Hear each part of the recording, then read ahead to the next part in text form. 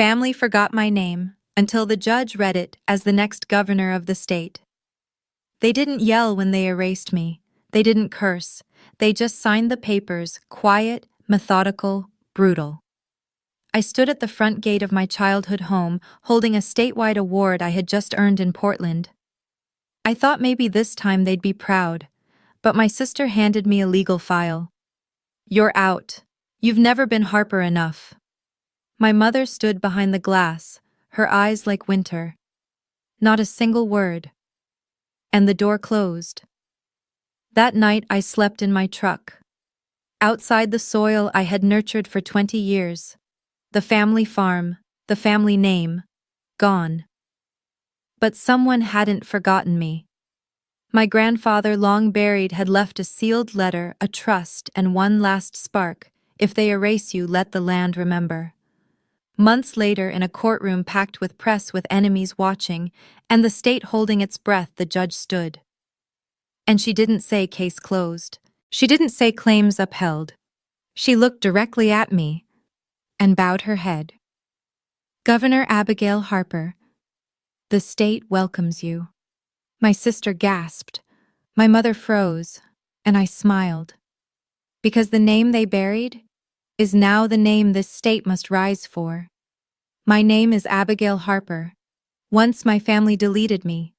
Now the court, the people, in history say my name loud. Before I tell you the full story, drop a "hi" in the comments. Let me know where you're watching from. And if you believe stories like mine deserve to be heard, please subscribe. Sometimes reclaiming your name begins with someone finally saying it right. Thank you. And now, let me tell you everything. I should have known something was wrong when Eleanor didn't even pretend to be surprised to see me. I'd just driven 6 hours straight from Portland, still wearing my name badge from the agricultural summit, the crisp certificate on the seat beside me, smelling like fresh ink and new beginnings. I'd won Outstanding Rural Initiative of the Year. For once, I thought maybe they'd see me. The Harper family farm stretched 200 acres across the golden outskirts of Boise, Idaho. Potato fields rolled like waves under a wide open sky. It was the land I'd grown up on, the land I'd bled for. While Eleanor chased campaign sponsors and Mother balanced ledgers like weapons, I'd stayed. I'd worked. I'd fought for the community, started programs for young farmers, petitioned for local grants. And yet every holiday dinner, every family gathering, I was still the afterthought. The second-born, the backup plan no one ever planned to use. When Dad Henry Harper passed away 7 years ago, I thought maybe the dynamic would shift. He'd been a politician respected and feared in equal measure, and he used to say, "A Harper must lead Idaho." But even as he grew sick, he never stopped believing Eleanor would be the one. Not me. Never me. Vivian, my mother, never hid her favoritism. "Eleanor's going places," she used to say. "You should be supporting her, not distracting her." To her, I was a weight Eleanor had to carry. I got used to being invisible. But not today. Today, I was coming home with proof I was worth something. Eleanor was already at the gate when I arrived, standing in a navy trench coat like she'd stepped out of a political ad. Her hair was sharp, her eyes sharper. She didn't let me speak. She just held out a thick folder and said flat as stone, "This is official. You're no longer in the will." I stared at her, then looked past her to the porch where I caught sight of Mother through the front window. She didn't come out. She didn't wave.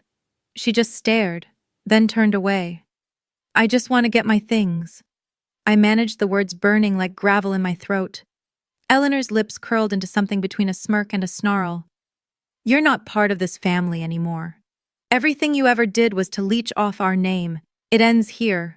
Then the door shut behind her, and that was it. No calls, no texts, no goodbye. That night, I slept in my pickup parked just outside the farm fence. The place I'd watered, weeded, fertilized with my own hands. I watched the warm glow of the dining room windows and could see their shadows moving, two silhouettes, eating dinner, laughing like I never existed. A stranger to the only world I'd ever known. Sometime past midnight, I opened the banking app on my phone. I needed to check if I could afford a motel. The joint farm account we'd created for emergency irrigation upgrades blinked open. Twist the knife. $12,000. Gone. Every cent I'd contributed over the last 2 years drained. The recipient, Eleanor Harper. I found a studio apartment in West Boise, small enough to make me feel even smaller. I picked up shifts at a cafe off State Street. The early mornings helped less time to think, more time to survive. I smiled at customers. I poured perfect lattes. I went home to silence and the smell of disappointment. A few neighbors knew me from the local paper when they ran a small feature on our community program that helped low-income farms switch to sustainable methods. They didn't say much now. People didn't know what to believe. Eleanor had that way about her, polished, pristine, impossible to doubt. She was already giving interviews standing in front of the Harper farmhouse talking about preserving traditional farming values. My name never came up. I thought I could disappear quietly. Just work, save up, maybe find another cause to attach myself to. Then came the Monday morning that cracked it all wide open. I just clocked out of the cafe when my phone rang. Unknown number. Ms. Abigail Harper, the voice asked, low and deliberate. My name is James Caldwell. I'm an attorney with Caldwell and Reed. I believe you should come to our office immediately. It's about your grandfather. The world slowed down. Grandpa Samuel. He'd been the only one who ever saw me not for who I wasn't, but for who I could be. When I was 13, he once found me fixing a broken fence behind the barn and said, "Real leaders don't wait for someone to hand them a podium. They start by fixing what's broken." He was earthy, honest, and fiercely private. He died of a stroke when I was 20. I never got to say goodbye. At the firm's office, James handed me a sealed brown envelope worn at the edges but carefully kept. The date on the seal made me blink. 2003. Inside was a handwritten letter from Samuel and an official trust declaration. My name stared back at me in ink so strong it looked like it was written yesterday. Samuel had created a private trust hidden from the rest of the family, never disclosed to my father, not even to Mother. It granted me legal ownership of 25% of the Harper farm. Not just that he'd transferred $250,000 from a federal agricultural investment he'd secured years ago. The money was earmarked for one thing only: my gubernatorial campaign, should I ever choose to run. I laughed out loud. Then I cried. Twist of fate. Samuel had been following me for years. The file included clippings of newspaper articles, screenshots of local council records, even a copy of the first op-ed I wrote about rural food insecurity. He'd printed it, highlighted my name, and written a single note in the margin. She's got it. James cleared his throat gently. There's more, he said, and handed me a line from the letter. If you're reading this, my grandfather wrote, then the betrayal I feared has come to pass. But don't be afraid. You are the fire of Idaho, and no one can extinguish you. I stepped out of the office into the soft drizzle of early spring rain, the letter pressed to my chest like a heartbeat. I could almost feel him beside me whispering, "Stand up, girl. This fight isn't over." And for the first time in weeks, I believed him. I didn't sleep much after the meeting with James Caldwell. My grandfather's letter sat on the nightstand, opened and reread so many times that the creases had begun to soften. I stared at the ceiling in my cramped studio apartment, the hum of the refrigerator, the only sound in the room, and I kept hearing his voice, firm, full of that quiet grit. You are the fire of Idaho. That night I decided I wouldn't waste the chance he'd left me. The next morning I opened my laptop and began digging. I started with the joint farm account. Transaction history, payment, authorizations, transfers. Most were labeled innocuously seed orders, irrigation fees, equipment, maintenance. But then came a flurry of entries dated over the past 6 months, all tied to strategic development. Tens of thousands of dollars moved under the vague authority of something labeled Harper Legacy Initiative. I didn't recognize the term. I hadn't authorized a thing. When I searched the name online, I found a polished website bearing the Harper Crest photos of the farm smiling stock images of young farmers in bold text. Protecting Idaho's agricultural heritage. On the About Us page, it listed Eleanor Harper as executive director. There was no mention of me. It was as if I had never existed. I found more. Contracts with consultants, PR firms, and a digital marketing team based in D.C., all signed under the Harper board. But there was no board. It was just Eleanor. She had fabricated a structure to legitimize her authority, using money meant for community support to build her personal brand. I requested access to archived communications from the farm's server using credentials I still had from when I ran the community grants program. Most files had been scrubbed or locked behind admin passwords. But one email thread survived. The subject line was simple, Abby. The message came from Eleanor to my mother, dated just weeks before I was cut off. It read, "If we don't deal with Abby now, we're going to regret it. She's gaining too much credibility. Portland was only the beginning." Beneath it, Vivian had replied, "Make sure everything is legally sound. I don't want this coming back to haunt us." I stared at the screen, hands trembling, bile rising in my throat. It wasn't just rejection. It wasn't even jealousy. It was fear. They feared I could become the echo of a man they had never been able to control. Samuel Harper hadn't just believed in me, he had scared them. I was his living legacy, and that legacy didn't fit into their blueprint. I closed the laptop and walked into the kitchen, the cheap linoleum cold under my feet. I sat at the small table, pushed aside yesterday's unopened mail, and pulled out a legal pad. I wrote 3 words in thick black ink. They erased me. Then I circled it over and over. They had erased me from the farm, from the financials, from the family.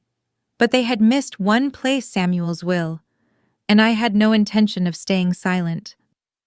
I flipped the page and began outlining my case. I wasn't going to beg for re-entry.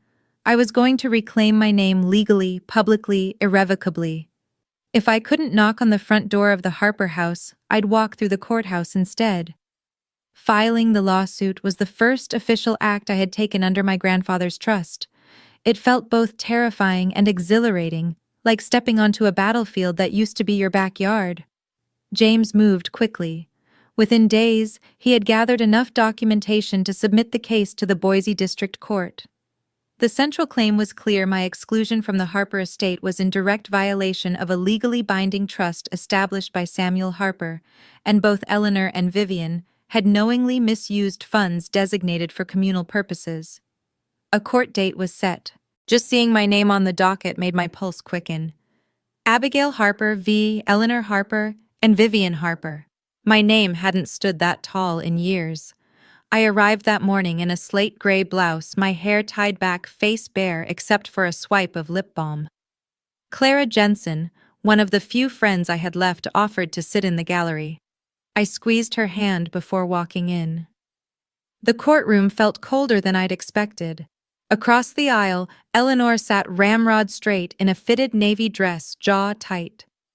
Vivian sat beside her, wearing the same cream-colored suit she'd worn to Henry's funeral.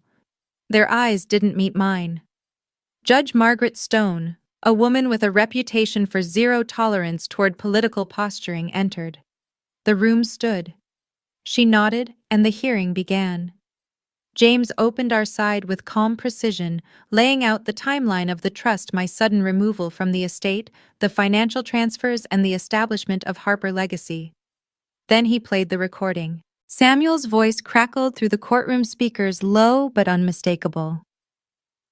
"The Harper farm is not a symbol if we divide it among ambition. Its heart is community. Its future belongs to Abigail." Every word landed like stone.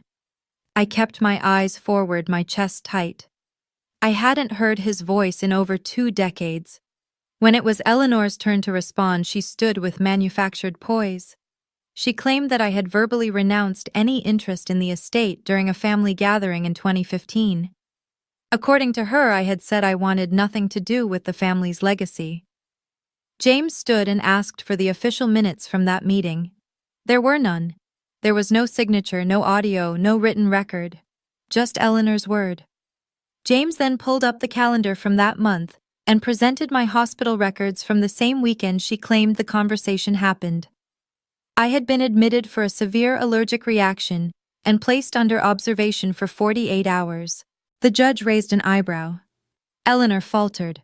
For the first time, her composure cracked. Then came the final blow. Vivian was called to testify. She walked to the stand, slowly, eyes low. When asked if she had authorized the removal of my name from the joint financial account, she answered without hesitation, "Yes." I believed Abigail lacked the competency to manage long-term agricultural investments. Gasps echoed through the room. I turned toward her.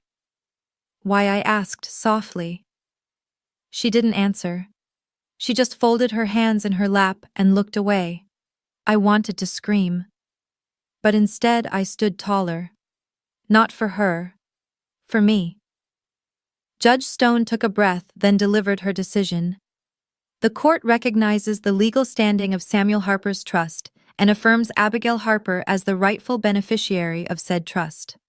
All actions taken in contradiction to the stipulations of that trust, including the removal of her name from financial and operational structures, are hereby void. Furthermore, this court recognizes Abigail Harper as the intended recipient of the estate's political endowment, including eligibility to use said funds toward a gubernatorial campaign. Eleanor didn't move, her face drained of color. Vivian lowered her gaze. Silent. Ashen. I didn't smile. I didn't gloat. I just walked out of the courtroom and into the Idaho sun, knowing this wasn't the end. It was only the beginning. The announcement was modest. No balloons, no national news cameras, no political fanfare. Just a press release on my website, a local interview on Boise Public Radio, and a small gathering at the community center I helped build. But it was official. I was running for governor of Idaho. I stood behind a folding table that afternoon, facing a crowd of familiar faces: farmers with sun-darkened skin, retirees in denim jackets, young organizers with pens tucked behind their ears. These were my people. These were the people who had kept me standing when my own family had tried to erase me. I didn't need a campaign machine. I had soil under my nails and I had them. "I know I'm not the choice the Harper name expected," I said into the microphone. "But I am the voice this land needs." No one clapped politely. They roared. That night I stayed late with Clara Jensen at my kitchen table, poring over budget spreadsheets, social media drafts, and event itineraries. She agreed to take on the role of communications director, though she preferred volunteer wrangler. Clara had always been better with people than with politics. "You're going to have to expect the worst now," she said. "They won't just come for your policies, they'll come for you." It didn't take long. By the end of the week, I received a message from an unknown number. No name, just a sentence. "You really think you can lead this state? A second-rate Harper doesn't get to wear the crown." Maike. Attached was a photo of me from over a decade ago at a fall festival, clearly intoxicated, laughing with friends. I had no idea the photo even existed. It had never been posted anywhere I could remember. Clara looked at it, then looked at me. "That's the opening shot." We issued a statement before the photo could circulate, acknowledging my past, refusing shame, and refocusing the message. Clara called it preemptive vulnerability. I called it honesty. Then came a blog post on an anonymous site that accused me of embezzling funds from the community center. It included what looked like internal documentation, signed forms, and bank statements. The documents used a forged version of our official stamp, nearly identical but slightly off in font. I dug through the storage bins under my bed, where I kept every financial file from the center's founding. The original reports were intact, untouched. Our records matched. The blog had faked the numbers. At the same time, I noticed strange behavior on our fundraising portal. Donors weren't receiving confirmation emails. Some contributions had vanished from the database altogether. Clara's tech contact traced the issue back to a familiar source, a server housed in the law office that had previously represented Eleanor. Still, we didn't have proof she'd orchestrated it. Everything was cleanly covered: anonymous links, dummy domains, shadow accounts. Then came the letter. Eleanor's attorney sent us an official notice of potential litigation, citing character defamation and reputational harm from a recent speech I gave. I hadn't named her. I hadn't even hinted at her. But the message was clear: back off or face a courtroom. I called a meeting with the campaign team. It was just Clara James Rachel from the local paper and 2 volunteers who'd followed my work since the irrigation pilot program. I'm not doing this to fight Eleanor, I told them. I'm doing this so no one else gets steamrolled in silence. If I walk away now, then what was any of this for? They didn't clap. They just nodded. That night, I sat alone at my desk and pulled out the notebook my grandfather gave me when I was 19. Inside the front cover, in his careful, all-caps handwriting, he had written, "If you're going to go far, don't just be angry, be purposeful." I underlined the word purposeful 3 times. The following week felt like a game of chess played in a fog. We were being targeted, but never directly. And the moves were designed not to strike, but to erode slow, patient damage. A reporter from a local television station, Leah Sandstrom, asked to meet privately. She wasn't aggressive, but her hands trembled slightly as she pulled out a flash drive. "I shouldn't even have this," she said, "but someone left it in my mailbox." No note. On the drive was a voice recording. A woman's voice claiming to be me, describing how she had bribed city officials to win a community grant. The cadence was familiar, the tone eerily close to my own, but it wasn't me. I listened again, then again. The voice wasn't mine, it was built from mine. We took it to an audio technician at Boise State. He confirmed what we suspected: it was synthetic, stitched together from public recordings. 47 distinct digital splice points, each nearly seamless. That wasn't the only breach.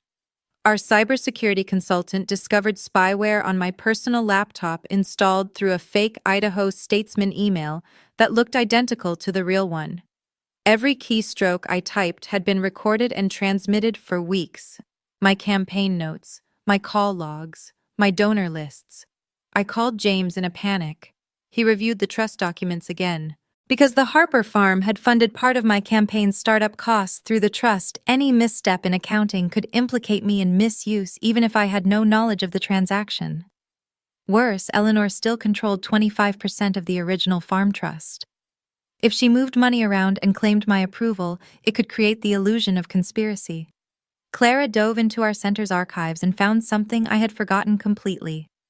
2 years ago, when I'd been bedridden with the flu, I signed a temporary authorization form giving Vivian control over financial approvals.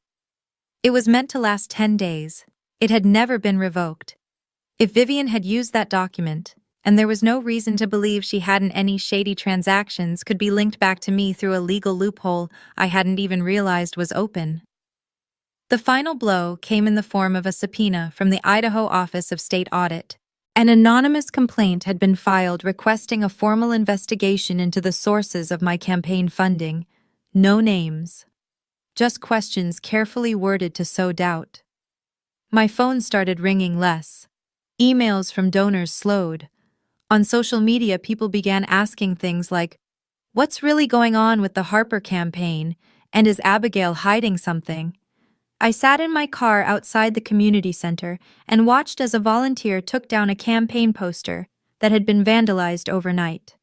Someone had scrawled over it in red, "Fraud." I didn't cry, not then, but I did feel it, like layer after layer of my name was being peeled away again. Not by family this time, but by strangers with doubts. And all Eleanor had to do was let it happen. No bullets, no cameras, just silence, corrosion, and time. I was done waiting. For weeks I'd tried to play by the rules, trusting that facts would speak louder than manipulation. But facts, I was learning, didn't stand a chance when whispered lies moved faster. I couldn't count on a judge's gavel or a headline to save my name. I had to create something louder, something undeniable. Clara and I spent 2 sleepless nights planning a full press conference, hosted not at a fancy hotel ballroom or the state capitol, but at the Harper Community Center. The building still smelled faintly of sawdust and old dreams. I'd helped raise the first wooden beams 6 years earlier, back when the center had been just an idea to give farmers a place to meet, learn, and fight for a future. Now it would be the place where I reclaimed my voice. We sent invitations to every local journalist, every independent outlet, every advocacy group that had ever worked with us. We wanted the room packed, not just with reporters, but with witnesses. People who remembered who I was before Eleanor's campaign of shadows. The morning before the event, I found a letter on my doorstep. No return address, no postage. Inside was a single page, a scanned bank statement from an offshore account in the Cayman Islands. It was registered under A. Harper and showed a deposit of $95,000. The memo line read, "Campaign contribution." I had never opened such an account. I had never seen that money. But now someone was planting evidence, building a paper trail designed to destroy me from a distance. I handed the document to Clara. She didn't flinch. "They're trying to bury you in fiction," she said. "But if they want a war of truths, give them all of it. Don't pull a single punch." That night, someone broke into our campaign office.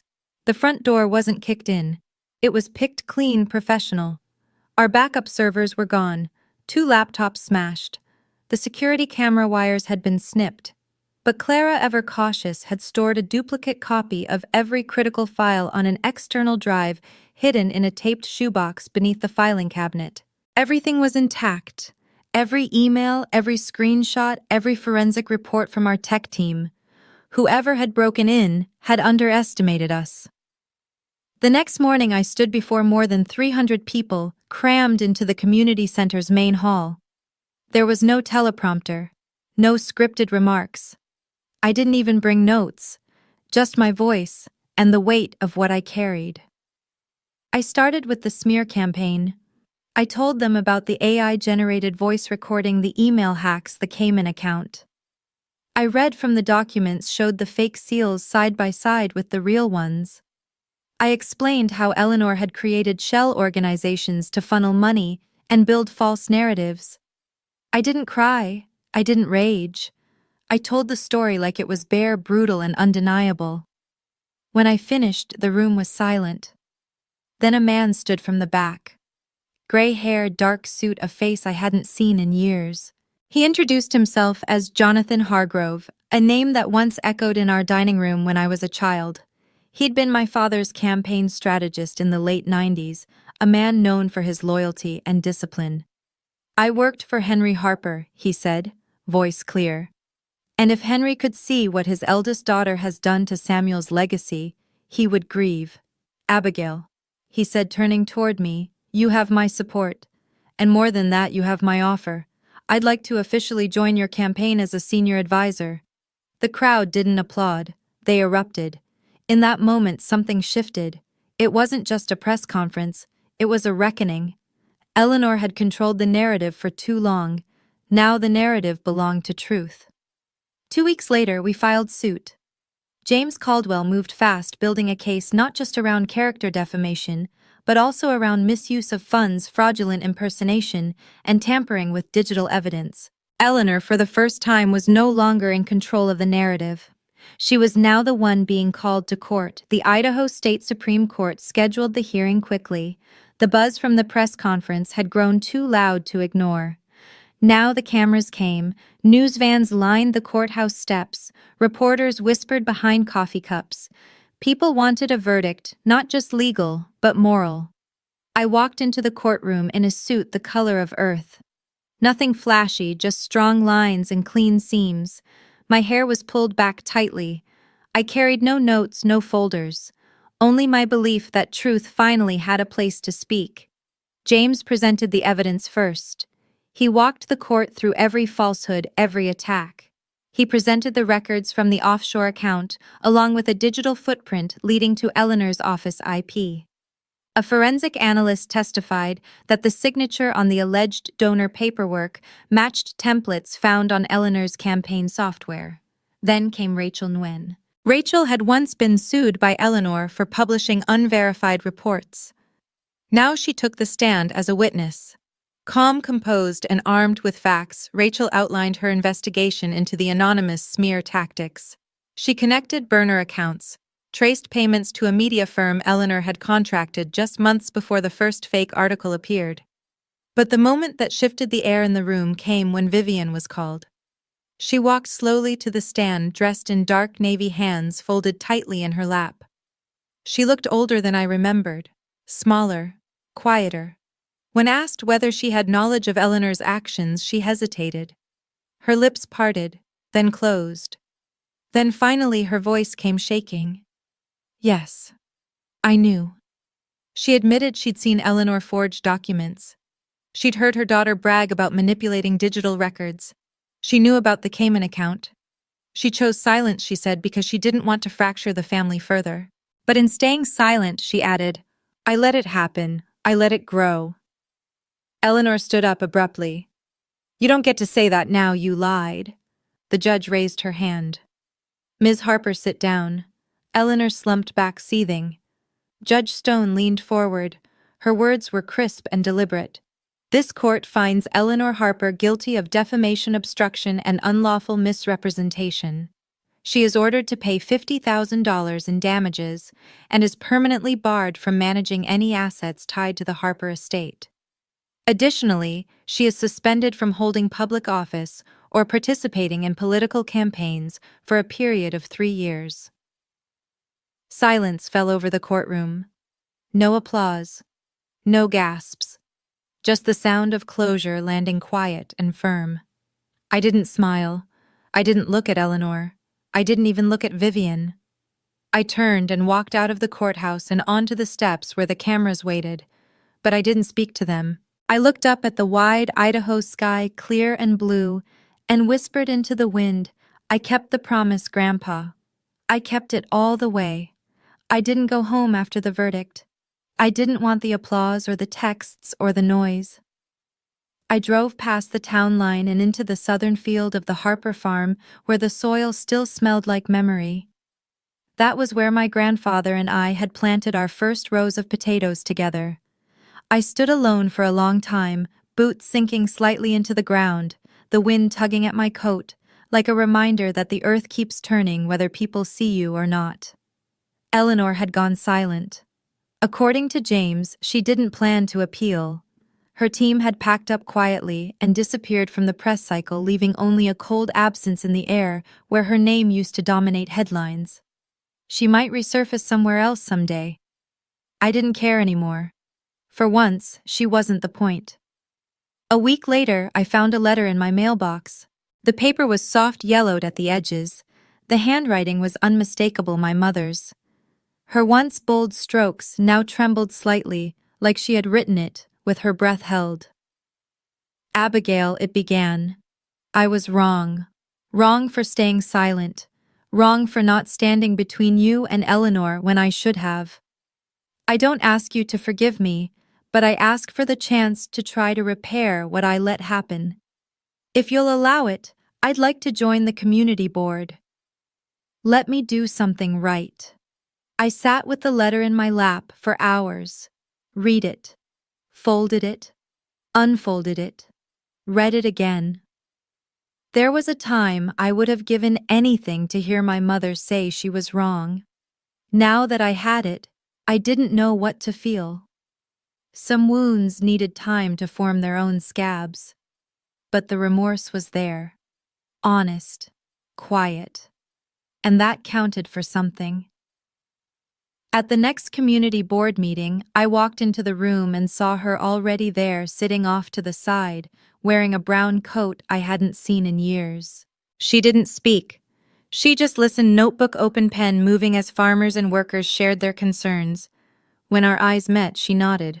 I nodded back. That was all. Outside those walls, the tide began to shift. People who had once remained quiet began to speak up, sending emails, handwritten notes, small donations.